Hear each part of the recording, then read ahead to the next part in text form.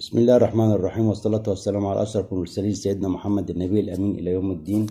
النهاردة معانا طبعا بعض العملات بالنسبة للنكلة، وبالنسبة اللي هي النكلة الاتنين مليم اللي حضراتكم شايفينه، والواحد مليم بالنسبة للمليم الألومنيوم. وطبعا في عملة للملك فاروق، وفي طبعا في عملة تانية هي الملك فاروق المملكة المصرية، طبعا اتنين نكلة من الفضة الخالصة زي دي كده. أما دوت في طبعا اهوت بالنسبة للملك فاروق اللي هو واحد اهو، واحد مليم المملكة المصرية 1938. طبعا بالنسبة للعملات دي يا جماعة، العملات دي طبعا برضو ما بتجيبش فلوس كتير جدا. وطبعا في 5 مليم زي ما حضراتكم شايفين، وفي النكلة اللي هي النحاس، وفي المليم الألومنيوم. معانا عملات كتير منها، وأي كمية عايزين ممكن نوفرها لكم بإذن الله.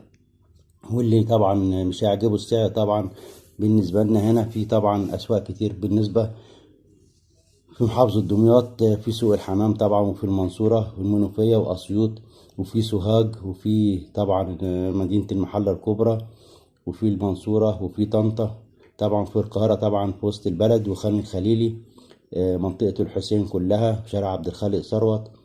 وطبعا في اسكندرية في محطة الرمل والسيوف، وسوق الجمعة طبعا معروف سيد جدا جدا سوق الجمعة باسكندرية. وطبعا شارع خالد بن الوليد مشهور بالحاجات دي طبعا. طبعا العملات دي يا جماعة محدش برضو يقول لكم بتجيب ملايين وبتاع وبتجيب آلافات، مفيش الكلام ده. يعني أكتر عملة هنا ممكن تجيب لها 30 40 جنيه أو 50 جنيه بالكتير أوي أوي. فطبعا العملة طبعا بتبقى أحسن من الفلوس. طبعا العملة دي بالنسبة لنا طبعا غالية جدا من ناحية قيمتها يعني، كقيمة يعني، مش قيمة مادية زي ما انتم شايفين. وطبعا هنا في بعض الفلوس اللي هي العملة اللي هي المشكاه بيقولوا عليها. طبعا المشكاه دي برضو ما احتيال ما بتجيبش فلوس كتير زي حضراتكم شايفين، هي 5 مليمات. نشوفها نتأكد منها.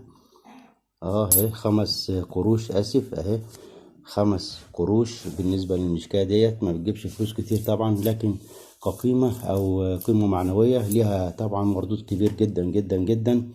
وطبعا العملات دي يا جماعة في ناس بتعرض علينا عملات كتير، بس احنا ما بنشتريهاش طبعا بمبالغ فيها. لان العملات دي طبعا اخرها خالص زي ما حضراتكم عارفين 50 جنيه 40 جنيه 60 جنيه، ومضربها الدم 100 جنيه، وما تزيدش عن كده اي حاجة خالص. وما تنسوناش باللايك الجميل بتاعكم، فضلا وليس امرا الاشتراك بالقناة وتفعيل زر الجرس بالكل عشان يوصلكم كل جديد. والسلام عليكم ورحمة الله وبركاته.